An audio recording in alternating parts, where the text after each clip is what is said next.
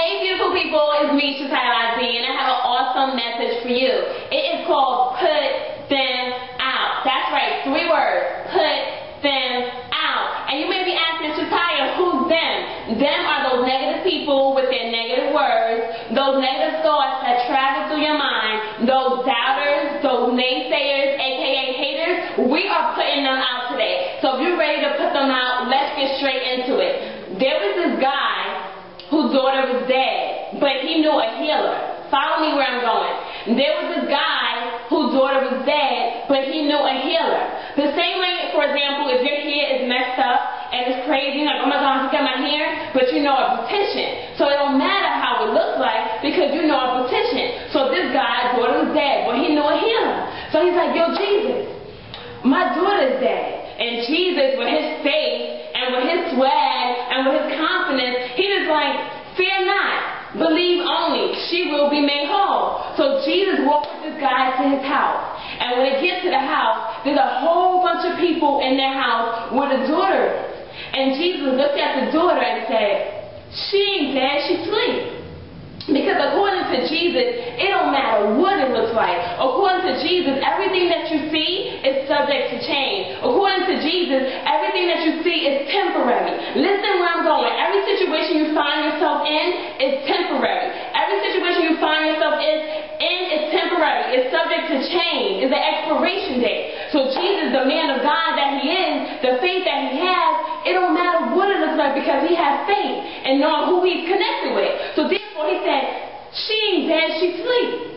And the people that was in the room, they started laughing at Jesus. Like, come on, Jesus, you see her dead. What are you talking about, she's asleep? And that's what people do in your life. There's negative people that surround you, and they speak death into your life. Come on, man, you ain't going to be that ball player. Come on, man, you still talking about starting that business? That ain't happening. You never going to do that. What are they doing? They're speaking death into your life. And you got to do what Jesus did. He put them out. Are you following me here? He put them out. And after he put them out, he touched the daughter and she rose. After he put them out, he touched the daughter and she received life. And that's what you got to do. You got to put those negative people out to do what? To receive life. Not the life that you have now, to receive the life that God has for you. Once you get touched with God, you rise into a position. You become healthy. You become strong. Why? Because you surround yourself now with God and His Word and positive people. So you got to put them out. Now, before I even go any further, I just got to let you know this. You ain't listening to this message from someone who is perfect, from someone who always been in church her whole life. I have not always been in church my entire life. But guess what? It got to a point in my life where it didn't match, it didn't resemble the dream that I had as a young girl. I had this big dream, this big vision. And in my life, I started not to see that anymore. At that time in my life, I was surrounded by people who wasn't dreaming, who didn't have business ideas. They wasn't talking about new inventions and concepts. Everything was clubs and clothes. Clubs and clothes. And that's what I surround myself by.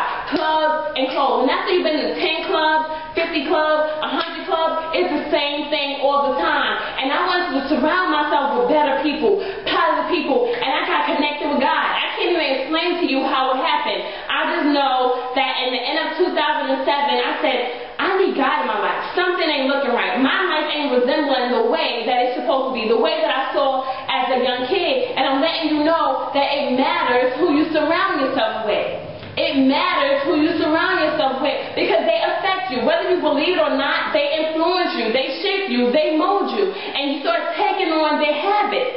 For example, you may be that person who's saying, I don't want to smoke weed no more.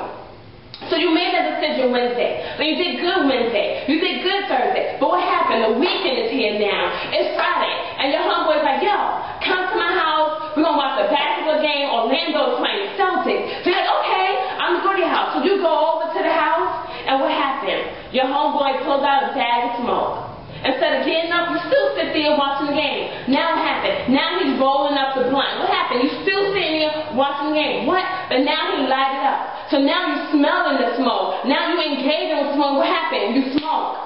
What happened? You smoke. is a change, and why you smoke is the people around you. It's not necessarily their fault, but they're around you, and you have to make the choice to put yourself around positive people. So if you get anything out of this message today, the message is to let you know to surround yourself with positive people. They impact you. They influence you. For example, just last week, I went to a hibachi restaurant. So they're cooking up the food in front of you, the smoke and everything, cooking up. And what happened? When I got home, got into the house, I still smelled like the hibachi place. Why? Because I was in there. I was surrounded by the food. I was rubbed up in it. Whenever you surround yourself by an environment, certain people, they affect you. They mold you. So I want you to self-evaluate the people that is in your life.